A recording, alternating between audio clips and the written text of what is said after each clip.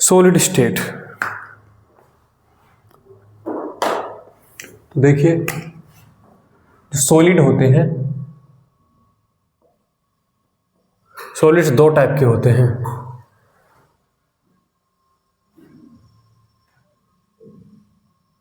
Crystalline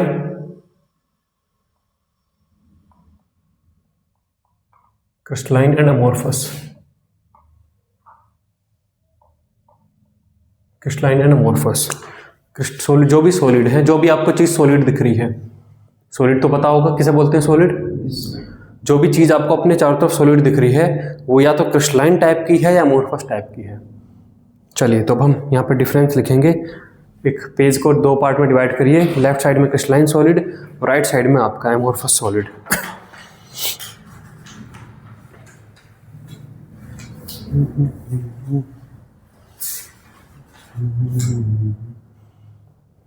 जो भी solid आपको दिख रहे हैं, इनफैक्ट सॉलिड लिक्विड गैस जो भी दिखते हैं, वे सब किससे मिलकर बने हैं?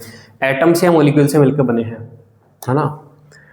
तो एटम या मॉलिक्यूल दो तरीके से, दो डिफरेंट तरीके से अरेंज हो सकते हैं, उन्हीं के बेस पर क्रिस्टलाइन और अमोर्फस बोला गया है। तो लेफ्ट साइड में लिखिए क्रिस्टलाइन सॉलिड और राइट साइड में लिखिए अमोर्फस सॉलिड। इसका सबसे अच्छा जो एग्जाम्पल है, जैसे कि 26 जनवरी के परेड में सेना के जवान एक रेगुलर अरेंजमेंट में परेड के लिए जो खड़े होते हैं, ऐसे खड़े हुए हैं, है ना। आपने देखा 26 जनवरी पे सेना के जवान परेड में जो खड़े होते हैं, बिल्कुल आपको क्या दिखता है उसमें? बिल्कुल ही अलग नज़ारा दिखता है, बिल्कुल सटीक लाइन इधर दिख रही है, इधर दिख रही है, एक परफेक्ट अरेंजमेंट दिख रहा है पर्सन्स, आर्मी पर्सन्स का, ठीक है। वहीं मान लीजिए उसमें 1000 लोग खड़े थे, तो एक परफेक्ट अरेंजमेंट दिख रहा है आपको 1000 लोगों का। वहीं वे 1000 लोग जो है, मान लो फिर उनकी जो है परेड खत्म हो गई, कोई नाच गाने का या फिर मतलब कि एक तरीके संगीत समारोह कुछ चल रहा है और उसमें आराम से वे खड़े हैं। अब जो परेड की फॉर्म में नहीं है वो आराम से खड़े हैं, क्या वहां पे भी आपको वही पर्टिकुलर अरेंजमेंट दिखेगा? नहीं। तो वही है चीज यहाँ पर है कि जो क्रिस्टलाइन होते हैं उसमें एक पर्टिकुलर अरेंजमेंट होता है एटम्स या मॉलिक्यूल का, एक पर्टिकुलर पैटर्न में लगे होते हैं। जो अमोर्फस है वहां पर कोई रेगुलर पैटर्न नहीं होता, बस है वहां पे एटम या मॉलिक्यूल मौजूद हैं, दो एटम के बीच की डिस्टेंस कहीं कम है, कहीं ज्यादा है, कहीं कुछ है, इस तरीके से इरेगुलर है। जो क्रिस्टलाइन है उनमें एक परफेक्ट अरेंजमेंट होता है, जो क्रिस्टलाइन नहीं है उनमें परफेक्ट अरेंजमेंट नहीं होता, है ना। जैसे यहाँ पर देखिए, मान लो आपको कोई स्टील की कोई रोड है, स्टील की कोई मेटल का पीस है, आयरन का बना हुआ, वो एक क्रिस्टलाइन टाइप का सॉलिड है, उसके अंदर आयरन के जो भी एटम है एक पर्टिकुलर अरेंजमेंट में लगे हुए हैं। जैसे ये पानी की बोतल, इसमें जो भी एटम है पर्टिकुलर अरेंजमेंट में लगे हैं। जैसे पेन, ये पेन किससे बना है? ये पेन बना है पॉलीमर से। पॉलीमर में जो भी एटम्स हैं वे इरेगुलर लगे हुए हैं, ठीक है। ये प्लास्टिक है, ये प्लास्टिक, ये पहला प्लास्टिक तो जनरल टर्म है, तो ये भी एक पॉलीमर है, इसमें भी एटम जो है इरेगुलर पैटर्न में लगे हुए हैं। ये फ्लोर पे जो टाइल है, टाइल भी एक इरेगुलर पैटर्न में एटम लगे हैं, ये भी एक अमोर्फस सॉलिड है। दीवार है, दीवार में ईंटें हैं, वहां पे भी इरेगुलर पैटर्न में लगे हैं। तो जितनी भी आप अपने आसपास मेटल वगैरह देखते हो, तो मेटल आपकी क्रिस्टलाइन होती हैं, और जो भी और बाकी सॉलिड देखते हो, दीवार, टाइल, मतलब कि एक तरीके से कोई प्लास्टिक, वे सब अमोर्फस सॉलिड होते हैं। तो लिखिए क्रिस्टलाइन सॉलिड्स में, in this type of solids, in this type of solids the atoms or molecules are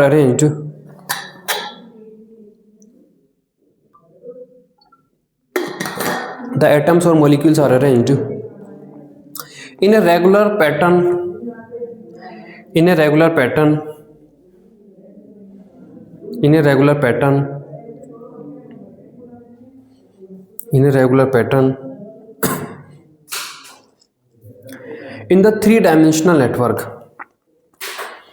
the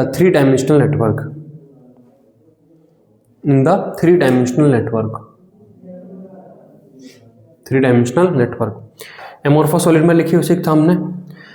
In this type of solids,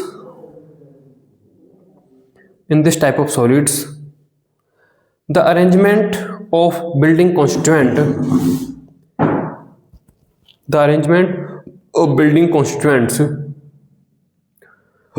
is not regular.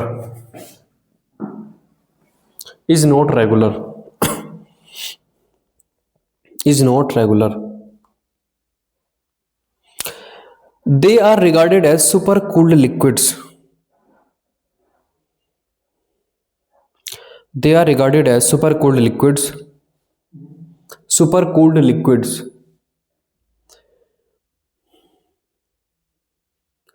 super cooled liquids। अभी आगे इसमें लिखना है सुपर कूल्ड लिक्विड से क्या मतलब है, इसको समझिए। आयरन है, मैंने भी बोला कि जो लोहा है, आयरन है, वो क्रिस्टलाइन फॉर्म में है, आयरन क्रिस्टलाइन फॉर्म में रहता है। आयरन को आपने मेल्ट कर दिया, मोल्टन में आ गया, वो लिक्विड स्टेट में आ गया। क्या लिक्विड स्टेट में भी वो क्रिस्टलाइन फॉर्म में है? क्या पिघला हुआ आयरन भी क्रिस्टलाइन फॉर्म में है, या सॉलिड आयरन ही क्रिस्टलाइन फॉर्म में है? सॉलिड ही है, लिक्विड वाला आयरन क्रिस्टलाइन में नहीं है। वो जो लिक्विड आयरन है उसे, जिस लिक्विड जो आयरन है उसे एक साथ क्या करो, एक साथ उसे जमा दो, सुपर कूल्ड कर दिया हमने। मतलब उसे फ्रैक्शन ऑफ सेकंड में, नैनो सेकंड में आपने जैसा लिक्विड था ऐसे के ऐसे ही जमा दिया। अब जो वो सॉलिड बना आयरन, वो कैसा है, क्रिस्टलाइन या अमोर्फस? अमोर्फस, क्योंकि आपने उसे टाइम ही नहीं दिया अपने आप को रेगुलरली अरेंज करने का।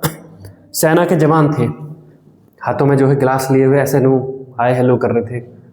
अचानक से किसी ने, उनके बड़े ऑफिसर ने कहा, मतलब क्या बोलते हैं वो, अटेंशन, तो वहीं खड़े हो गए। और वहीं जो खड़े हुए हैं वे उस टाइम अटेंशन में तो खड़े हो गए, लेकिन क्या वे उस परेड वाली फॉर्म में खड़े हुए? नहीं, वो तो उनके साहब ने बोला अटेंशन, तो वहीं खड़े हो गए गिलास लेके। तो अब जो उन्होंने फॉर्म बनाई है, हालांकि वे सेना के जवान है, लेकिन अब जो वे फॉर्म बनाई है वे एमोर्फस है, क्योंकि उन्हें हाँ भाई जो लाइन में लग जाए, ऐसा टाइम ही नहीं दिया ना आपने, लाइन में लग जाए, एक परेड बना ले, ऐसा आपने टाइम दिया ही नहीं। तो एक तरीके से सुपर कूल्ड लिक्विड उन्हें बोला गया है। फिर जैसे कोई लिक्विड फॉर्म में था, उसे फ्रीज क्या बोलते हैं उसको, स्टैचू, और वहीं स्टैचू हो गया। तो उसने जो फॉर्म बनाई है वो सुपर कूल्ड लिक्विड इसलिए बोला कि जैसे किसी को हमने एक साथ ऐसा ठंडा कर दिया हो और वहीं के वहीं वो जम गया। तो लिखिए, they are regarded as super cooled liquids with very high viscosity. ऐसा लिक्विड है जिसकी विस्कोसिटी बहुत ज्यादा हाई है, with very high viscosity, in which the force of attraction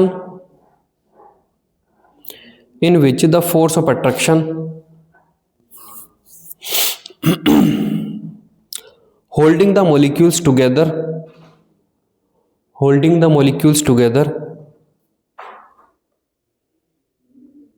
are so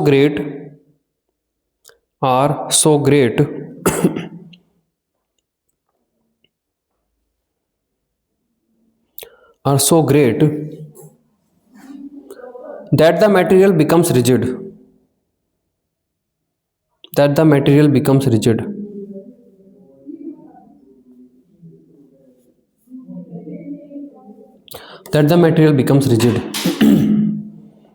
ठीक है, चलिए नेक्स्ट पॉइंट, क्रिस्टलाइन सॉलिड में। क्रिस्टलाइन सॉलिड में जो भी एटम के बीच का स्पेस है, आर्मी के जवान खड़े हैं, कितना स्पेस है, 1 मीटर का स्पेस, इधर कितना स्पेस है 1 मीटर का, इधर कितना स्पेस है 1 मीटर का, एक आदमी से इधर इधर इधर एग्जैक्ट सेम स्पेस होगा। तो एटम के बीच में भी जो स्पेस है वो सेम ही होंगे। तो जब हम उसे हीट करेंगे मेल्ट करने के लिए, तो कहीं पूरे क्रिस्टल लैटिस के अंदर 2 एटम के बीच में उतना ही फोर्स होगा, यहां भी और यहां भी। तो जब आप उसे हीट करोगे तो एक शार्प मेल्टिंग पॉइंट उसका आएगा, एक पॉइंट आएगा, उस पॉइंट पर पिघल गया तुरंत। ऐसे नहीं कि धीरे धीरे पिघल रहा है, ऐसे नहीं कि पहले सॉफ्ट हो गया, थोड़ा और सॉफ्ट हो गया, अब पिघला। मेटल्स ऐसा नहीं पिघलती, मेटल्स एक पर्टिकुलर पॉइंट तक बिल्कुल सॉलिड दिखाई पड़ेंगे, उस पॉइंट के जस्ट आगे ही मेल्ट ऐसा हो जाएंगे। ठीक है, क्योंकि उनके बीच की जो डिस्टेंस थी वो हर जगह पे सेम थी। तो लिखिए, they have well defined geometrical pattern. Crystalline में लिख रहे हो ना, क्रिस्टलाइन में they have well defined geometrical pattern, comma sharp melting point, comma definite heat of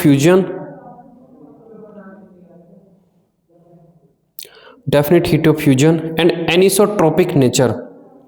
anisotropic, ANISOTROPIC, anisotropic.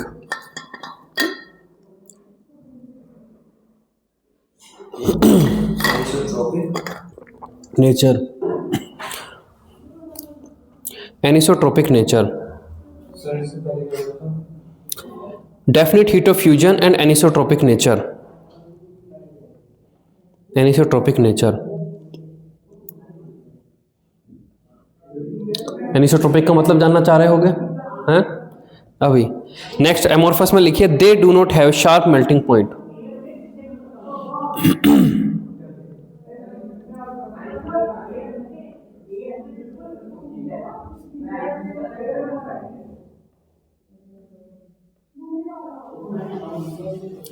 Anisotropic का क्या मतलब है?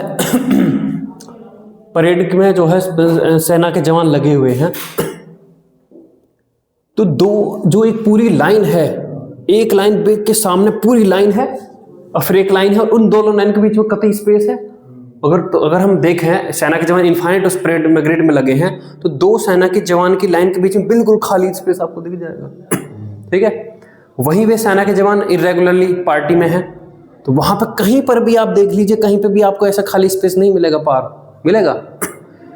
तो अगर सेना के जवान परेड में खड़े हैं और कोई दुश्मन गोली चला दे, अगर गोली जो है दो लाइन के बीच में से निकल गई तो किसी को भी गोली नहीं लगी, और लेकिन अगर कहीं पर लाइन वाली साइड पर अगर गोली लग गई तो हो सकता है कहीं पर लग जाए। तो मतलब वो डिफरेंट बिहेवियर दिखाएंगे, क्योंकि परफेक्ट अरेंजमेंट में है। तो अगर अरेंजमेंट जरा सा भी इधर हुआ तो बिल्कुल अलग चीज मिल सकती है आपको। लेकिन जब वे इरेगुलर खड़े हैं, तो इरेगुलर में कहीं पर भी अगर गोली चली तो किसी न किसी को तो लगेगा, क्योंकि परफेक्ट इस टाइप का अरेंजमेंट कहीं है ही नहीं, इसमें खाली जगह वाली चीज है ही नहीं। और इनफाइनाइट पैटर्न है, इसको नहीं लगी तो उसकी लग जाएगी, तो वहां पर कैजुअलिटी होगी, है ना। तो यही वो कहता है कि रेगुलर जब पैटर्न है तब डिफरेंट डायरेक्शन में आपको डिफरेंट प्रॉपर्टी मिल सकती है। तो सोचो कि मान लो ये जो मेटल का पीस है, आपने इधर और इधर आपने इलेक्ट्रोड लगाए बिजली के, तो बिजली पास हो जाए, और इधर उधर लगाए तो बिजली हो सकता है पास ना हो, क्योंकि इधर ऐसे जाने पर अलग अरेंजमेंट है, ऐसे अलग अरेंजमेंट है। लेकिन अगर यही चीज एमोर्फस हो तो उसमें कोई रेगुलरिटी है ही नहीं, किधर भी रेगुलरिटी नहीं है, तो हर डायरेक्शन में सेम ही टाइप की बिहेवियर दिखा रहा होगा। तो इसी को बोला गया है एनिसोट्रोपिक, ठीक है। तो क्रिस्टलाइन चीज जो है वही एनिसोट्रोपिक दिखा सकती है ना। मतलब आप या फिर ऐसे मान लो कि सेना के जवान खड़े हैं, तो आप अगर ऐसे जा रहे हो तो यहाँ पे आप सेना के जवान है तो कुछ नहीं दिखेगा, यहाँ पे पूरा पार दिख जाएगा, यहाँ पे फिर कुछ नहीं दिखेगा। लेकिन अगर वो इर्रेगुलर खड़े तो तब आप ऐसी चीज नहीं देख सकते वहां पे। तो लिखिए क्या, हाँ नेक्स्ट लिखिए एनिसोट्रोपिक मीन्स, क्रिस्टलाइन सॉलिड के अंदर anisotropic means they exhibit different physical properties, they exhibit different physical properties in all directions, in all directions, that is the electrical and thermal conductivities, different physical properties in all directions, that is the electrical and thermal conductivities, the electrical and thermal conductivities are different in different directions, the electrical and thermal conductivities are different in different directions।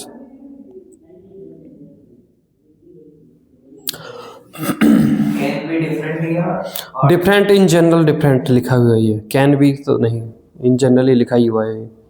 Amorphous में चलिए वहां लिखिए, amorphous में लिखिए, amorphous में लिखिए they are isotropic, they are isotropic, they are isotropic as they exhibit, they are isotropic as they exhibit same physical properties, same physical properties in all the directions, in all the directions। Example में लिखिए crystalline solid में, example में, example में copper, copper comma iron, copper comma iron comma graphite comma NaCl comma NaCl etcetera etcetera, ठीक है।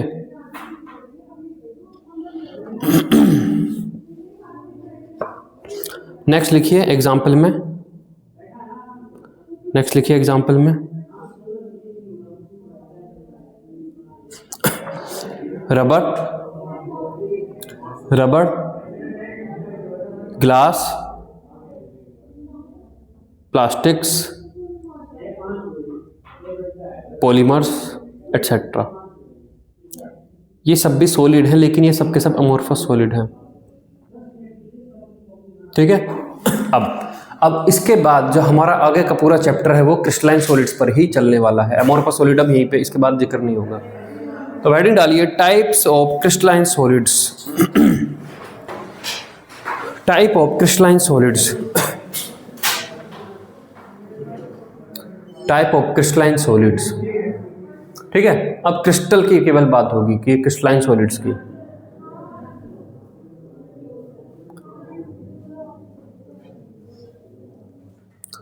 तो ये जो परेड में खड़े थे जवान, ये आर्मी के थे या नेवी के थे?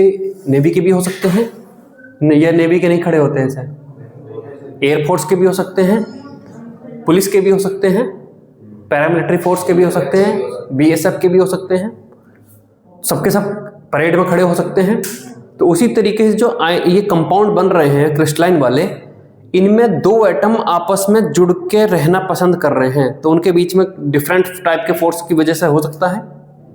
क्या पता उन दो एटम के बीच में आयनिक फोर्स हो, क्या उन दो के बीच में कोवेलेंट फोर्स हो। तो इसी तरीके से अब यहाँ पे हम बात करेंगे कि कितने टाइप के आपके क्रिस्टलाइन सॉलिड हो सकते हैं, डिपेंडिंग कि वे किस तरीके से बंधे हुए हैं। तो टेबल बनाइए 15, 20, 50, 15 की कॉलम विड्थ 15, 20, 15, 20, 50, 15।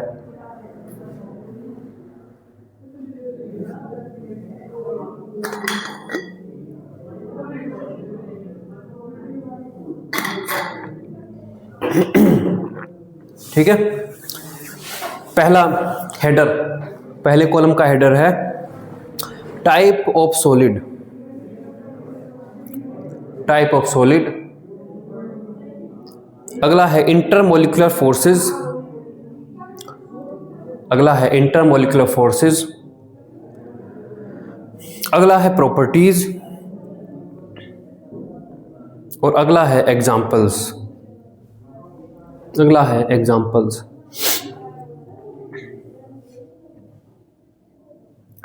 जो NaCl होता है, NaCl सॉलिड है,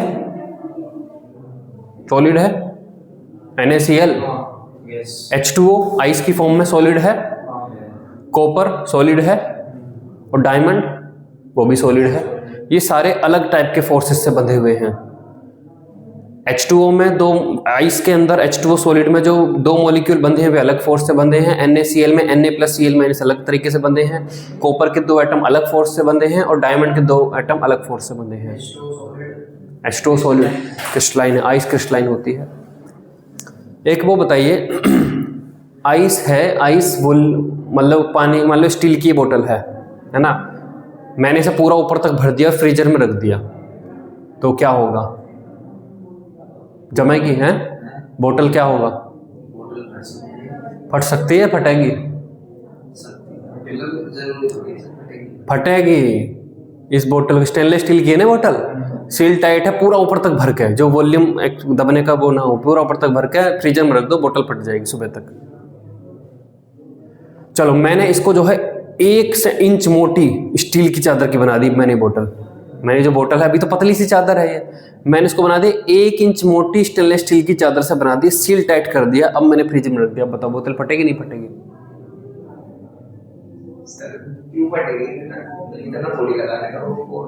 फटेगी, तब भी फट जाएगी।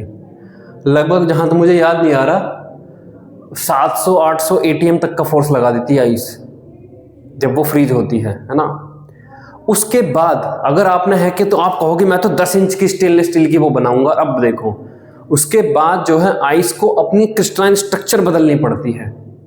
प्रेशर तो वो तब भी लगाती है, मैक्सिमम प्रेशर जितना लगा सकती है वो स्टील पे लगाती है, और जब उसे लगता है कि अब वो उससे ज़्यादा प्रेशर नहीं लगाती तब वो अपनी क्रिस्टलाइन फॉर्म बदल लेती है, लेकिन जमती फिर भी है, तब भी आइस बनती है।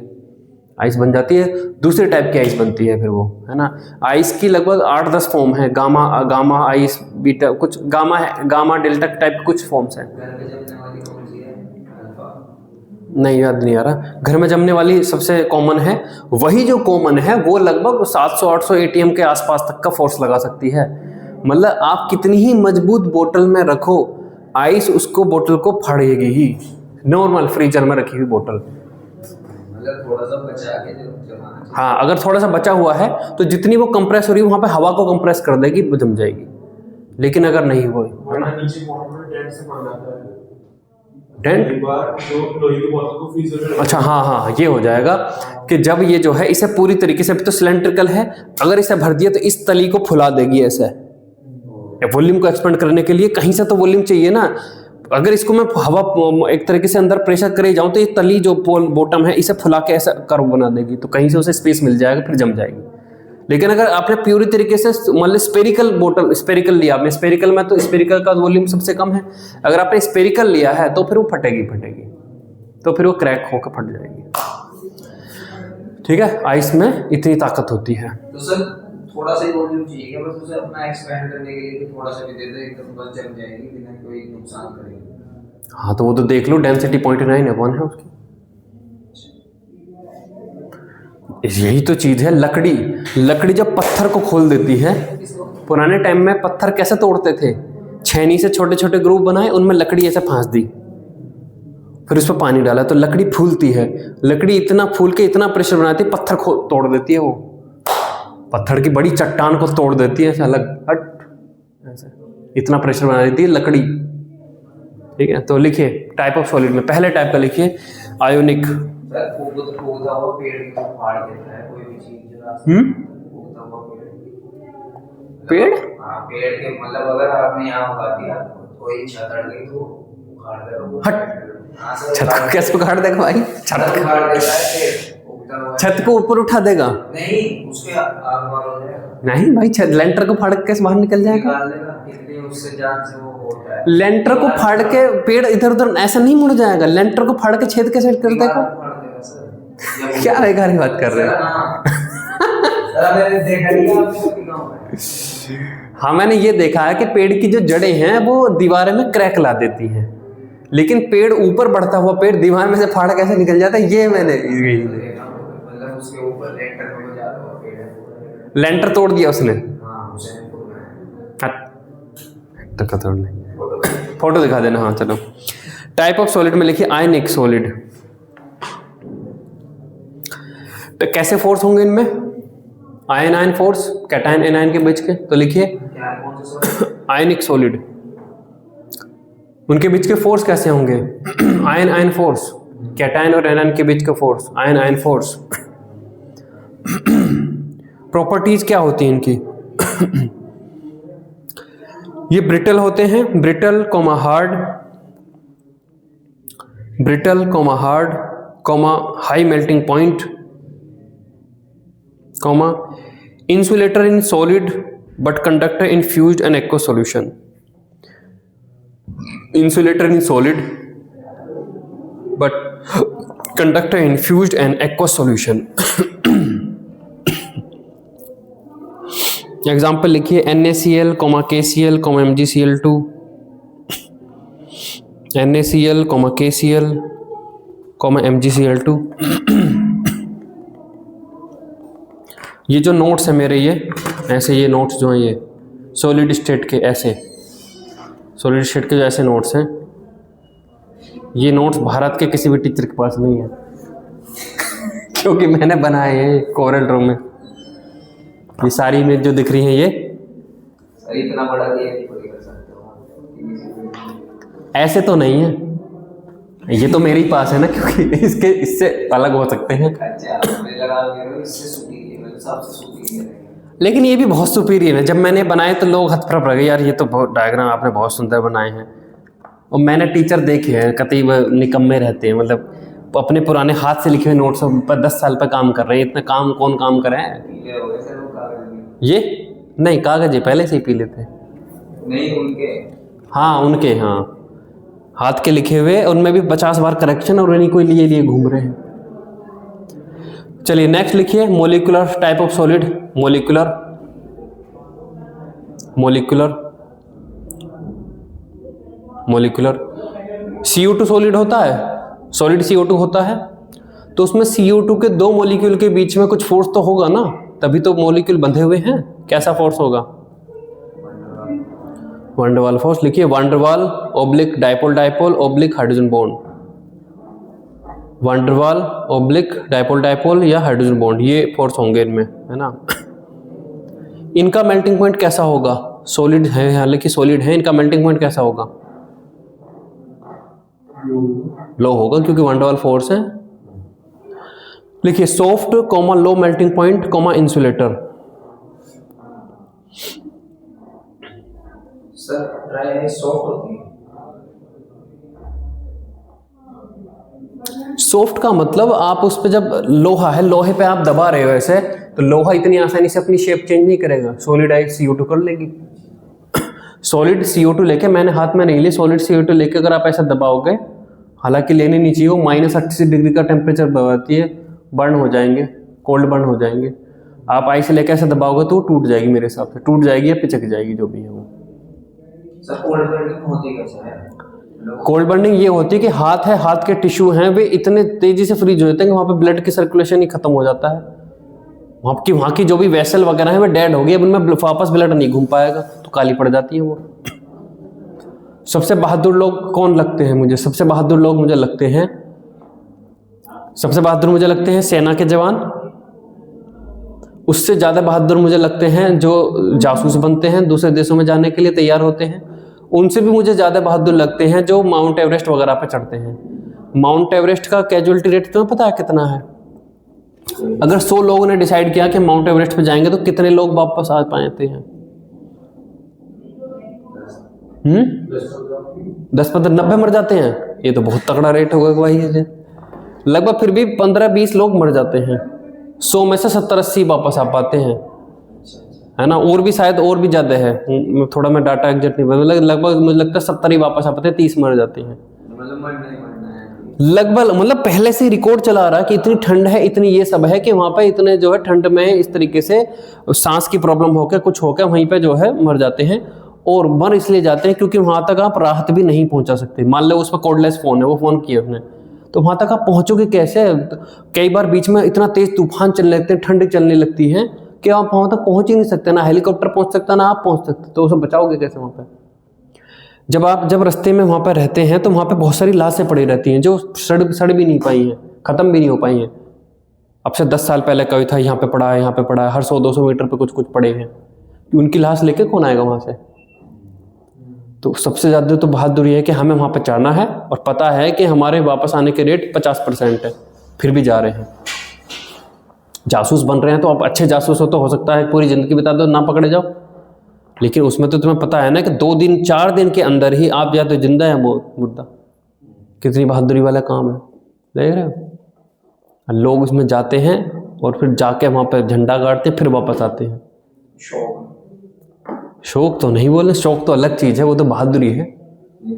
शौक पे तो लोग थार खरीदे हैं। हाँ, कोई कंपलसरी नहीं है, मतलब कि जुनून है, जुनून, शौक नहीं जुनून बोलिए। शौक में तो लोग थार खरीदते हैं, जुनून में थोड़ा ना थार खरीदते। चलिए लिखिए, तो यहाँ पे एग्जाम्पल लिखिए H2O। सर बस 3 ही पॉइंट थे, सॉफ्ट लो। हाँ, soft low melting point insulator. Example में लिखिए H2O,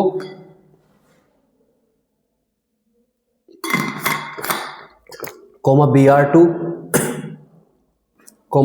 I2 भी आ जाएगा, iodine, I2, CO2 etcetera. Next है हमारा सोडियम है, जिंक है, कॉपर है, आयरन है। ये क्या है? मेटल है ये। इनमें 2 आयरन के एटम के बीच में कौन से फोर्स होते होंगे? मेटालिक फोर्स बोलते हैं उनको, है ना। तो लिखिए टाइप ऑफ सॉलिड, लिखिए टाइप ऑफ सॉलिड, लिखिए metallic, type of solid metallic. Intermolecular forces लिखिए मेटालिक बॉन्ड्स,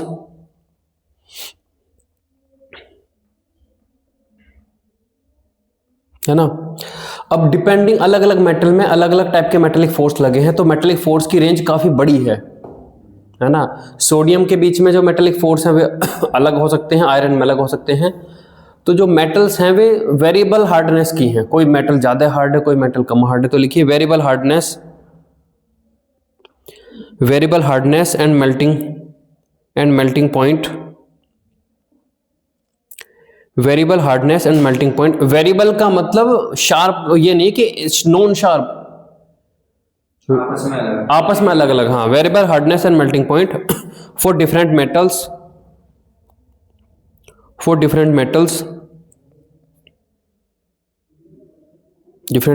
कॉमा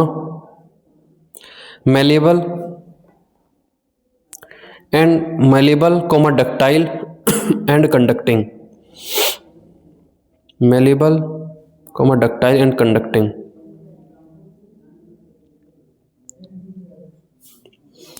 नेक्स्ट बात करते हैं डायमंड की। डायमंड में अगर 1 करोड़ एटम है कार्बन के, डायमंड प्योर कार्बन है, तो यहां वाला कार्बन क्या उधर के वाले 50 लाख डिस्टेंस दूर जो कार्बन है उससे जुड़ा हुआ है?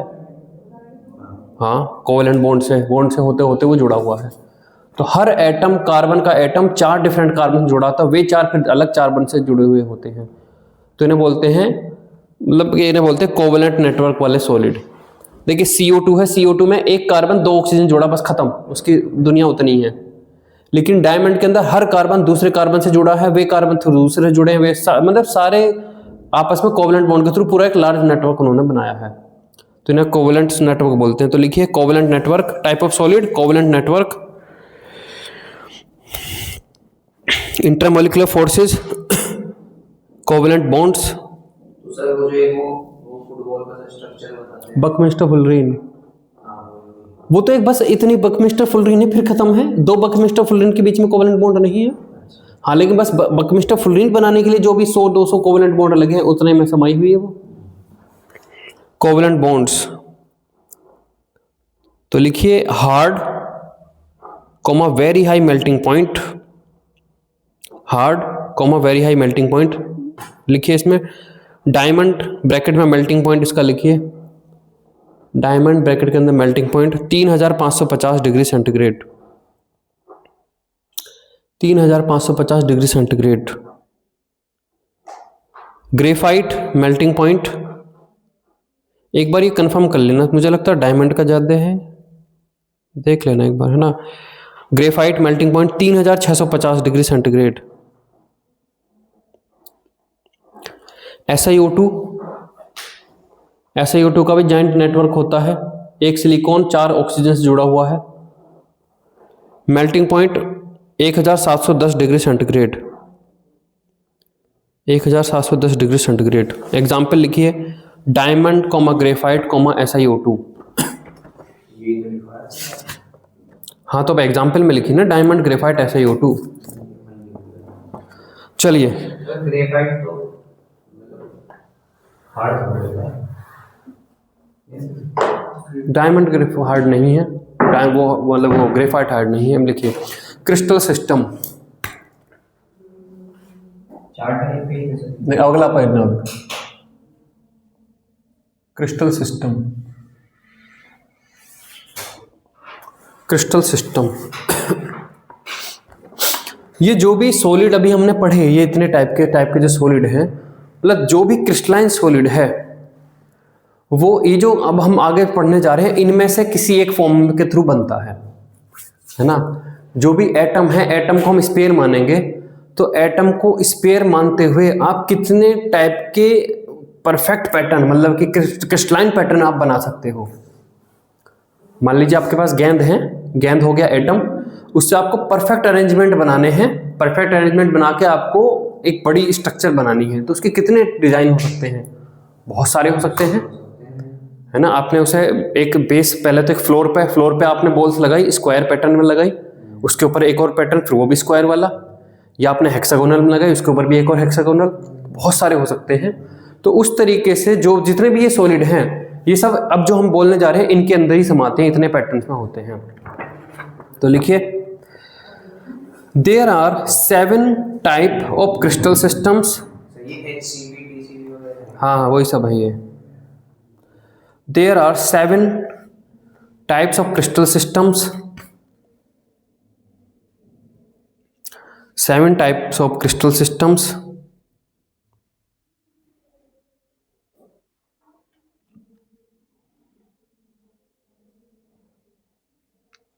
क्रिस्टल सिस्टम्स है ना।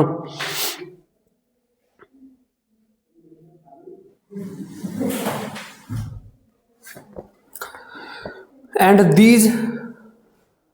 these have a total of and these have a total of 14 different crystal lattices and these have a total of 14 different crystal lattices comma known as Brevis Brevis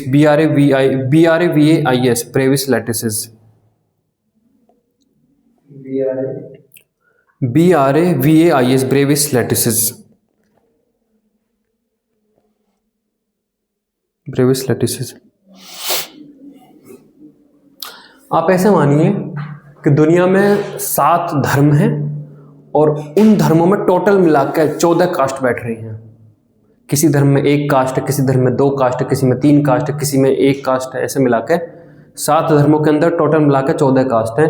तो कोई भी आदमी पकड़ो है इधर आ, तो वो किसी धर्म और उस धर्म के अंदर पर्टिकुलर कास्ट में समा जाएगा पूरी दुनिया। तो ऐसी जितने भी सॉलिड है उसे पकड़ा है कि फलाना मेरा क्रिस्टल सिस्टम और क्रिस्टल सिस्टम के अंदर ये मेरा ब्रेविस लैटिस है। तो इन 14 टाइप के ब्रेविस लैटिस हैं और उसमें वही 7 टाइप के क्रिस्टल सिस्टम के अंदर आते हैं, उसमें पूरे सारे टाइप के सॉलिड हम आ जाते हैं। चलिए तो अब यहाँ पे हम देखें तो यहाँ पर देखिए एक मैं यहाँ पे एक बनाता हूँ 3 डायमेंशन की चीज। यहाँ पर ये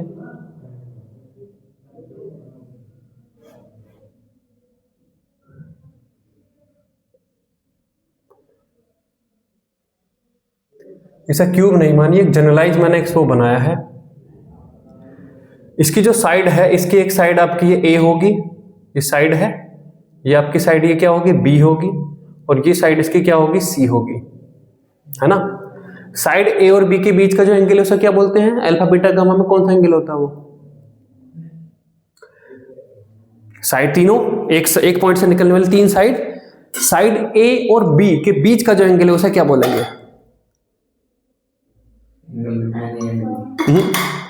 क्या एंगल क्या है वो, अल्फा है बीटा गामा है। ऐसा होता है? हाँ ऐसा होता है। तो सर इसे मैं ऐसे पलट दूं तो फिर आप क्या कहोगे? नहीं साइड तो वही है ना, साइड का तो नाम हो छप गया ना, साइड का तो नाम उन पे ABC। अल्फा तो वो तो हमारे ऊपर कुछ भी मान लो, अल्फा मान लो। नहीं गामा होता है। ये क्या बात मतलब कहां से होता है? तो क्या है बी और सी के बीच का जो एंगल है वो क्या होता है आपका अल्फा होता है, और ए और सी के बीच का जो एंगल है ये आपका क्या होता है, ये आपका ये बीटा होता है। तो 3 एंगल हैं और 3 साइड्स हैं, 3 एंगल। आप एक्सपेक्ट क्यों कर रहे थे कि हमें पता हो क्या है ये? अरे मतलब मुझे लगा था कि आपको तुम्हें पता होगा, 3D पढ़ते हो तुमने, 3D पढ़ा है 3D नहीं पढ़ा तुमने मैथ में। लेकिन ये तो मतलब पता नहीं था ना इसमें ये कौन से किससे है। तो देखिए तो यहाँ पे देखिए आपका क्रिस्टल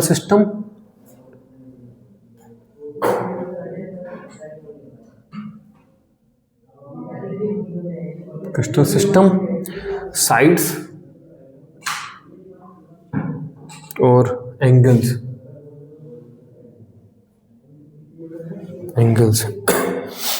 तो देखिए क्रिस्टल सिस्टम आपका है cubic, rhombohedral RHOMBOHED rhombohedral, tetragonal,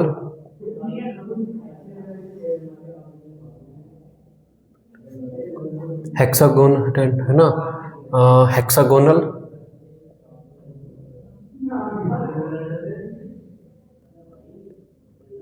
orthorhombic,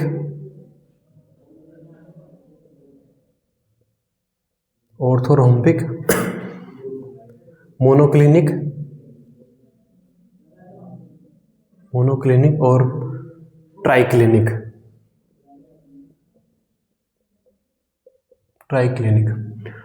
sides देखिए यहाँ पर, साइड्स आपकी A equals to B equals to C, rhombohedral में आपकी A equals to B equals to C, यहाँ पे आपकी A equals to B but not equals to C, दो साइड सेम है, एक नहीं है। A equals to B not equal to C, A not equal to B not equal to C, A not equal to B not equal to C, A not equal to B not equal to C। Angles alpha equal to beta equals to gamma equals to 90 degree, alpha equals to beta equals to gamma no equals to 90 degree, alpha equals to beta equals to gamma equals to 90 degree, alpha equals to beta equals to gamma not equal to 90 degree, alpha equals to beta equals to gamma alpha equals beta equal to equals to 90 degree, 90 degree, और gamma equals to 120 degree.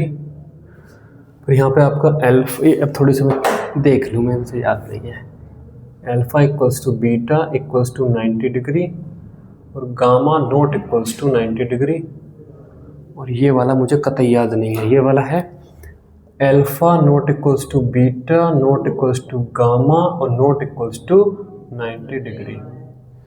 Check एक बार, कोई जगह 90 नहीं है और नहीं है। हाँ ये सब कतई वही है, वही आता है, कुछ भी सेम नहीं है इसमें। 90 डिग्री है, ये है, ये है, ये है, ये है। मैंने लगभग एक आध बार देखने के अलावा मैंने पूरा लिख दिया है ना। अगले 5 मिनट बाद तुम भी ऐसा पूरा लिख दोगे। देखिए, हैं ना लिख पाओगे? हाँ, चाचा रमेश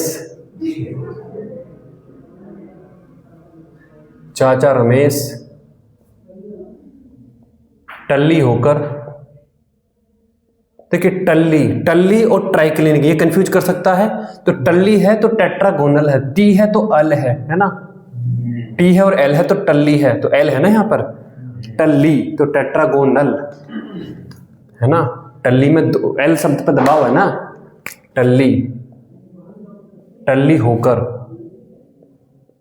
टल्ली होकर ऑफिस में टपके, ऑफिस में टपके।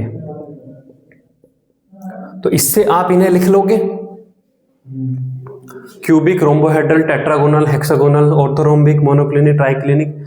अब यहाँ पर देखिए साइड्स में, यहाँ पे दोनों सारी सेम, यहाँ पे एक कट गई, यहाँ पे सारी कट गई। अब फिर मैंने क्या लिखा, पहले ये लिखा है ना, पहले मैंने क्या लिखा पहले मैंने ये लिखा, फिर मैंने यहाँ पर ये लिखा, फिर मैंने ये लिखा, तो तीनों है सेम। फिर सेकंड वाला लिखा जिसमें कि दो तो सेम, मतलब लेकिन लास्ट में जो है 90 डिग्री नहीं। फिर ये वाला, इसमें एंगल ए में ये गड़बड़, और फिर इसमें ये, और ये वाला फिर इसमें कुछ नहीं है, कुछ भी सेम नहीं है इसमें ये भी सेम नहीं, ये भी सेम नहीं। ठीक है, चलिए लिखिए इसको। ये जो पूरी दीवार है ये क्या है, वॉल है ना, ये पूरी है आपकी वॉल, WLL। जो वॉल है, इस वॉल को बोलते हैं क्रिस्टल। ये वॉल हमारे लिए होगा क्रिस्टल, ये तो हो गया क्रिस्टल। अब ये जो हमने यहाँ पर ढूंढ के निकाला है कि भाई पूरे क्रिस्टल की बजाय इसकी स्टडी कर लो, तो पूरे क्रिस्टल की स्टडी हो गई। इसे बोलता है वो यूनिट सेल, है ना। ये आपकी क्या है, एक क्या बोलेंगे इसे, रिपीटिंग यूनिट। ये आपकी एक रिपीटिंग यूनिट है और इसको यहां पे बोलेगा यूनिट सेल। आपको अगर रिपीटिंग यूनिट की नॉलेज है तो आपको पूरी दीवार में क्या चल रहा क्या नहीं चल रहा है उसकी नॉलेज है। आपको अगर पता है कि इस रिपीटिंग यूनिट का इतना वजन है, इतनी ईंट है, इतना सीमेंट है, तो आपको पूरी दीवार का सारा वजन पता है, सब कुछ पता है आपको। तो वो यहीं पे बोलता है कि हम यहाँ पर जो स्टडी हमारी फोकस रहेगी वो यूनिट सेल पर रहेगी। ठीक है, तो लिखिए यहाँ पे पहली टर्मिनोलॉजी लिखिए, crystal.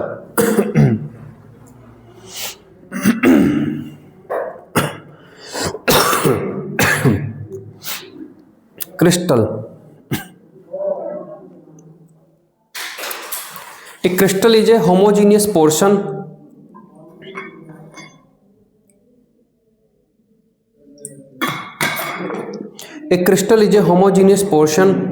of a solid substance made by regular pattern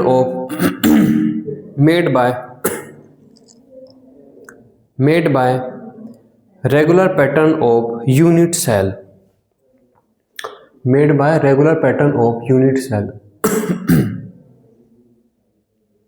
ठीक है, regular pattern of unit cell. अब लिखिए unit cell.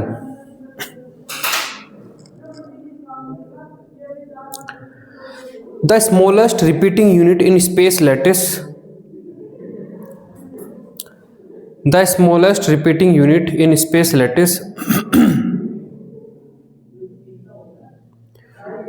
which when repeats over and over again,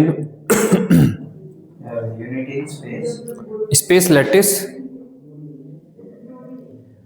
which when repeats over and over again, comma, results in a crystal,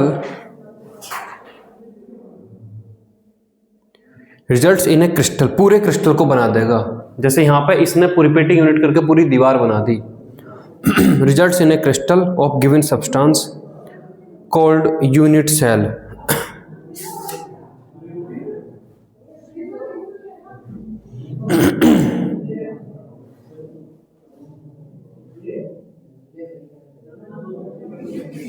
ठीक है, next लिखिए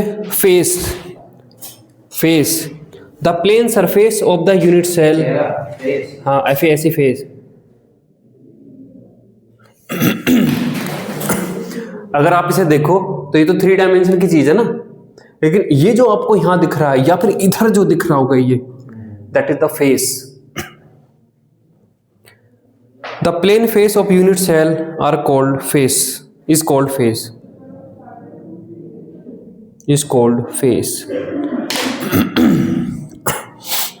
next लिखिए edge. इसकी ये किनारी होगी, 3 डायमेंशन है, इसकी एक किनारी भी होगी as. An edge is formed by the intersection of 2 adjacent faces. An edge is formed by the intersection of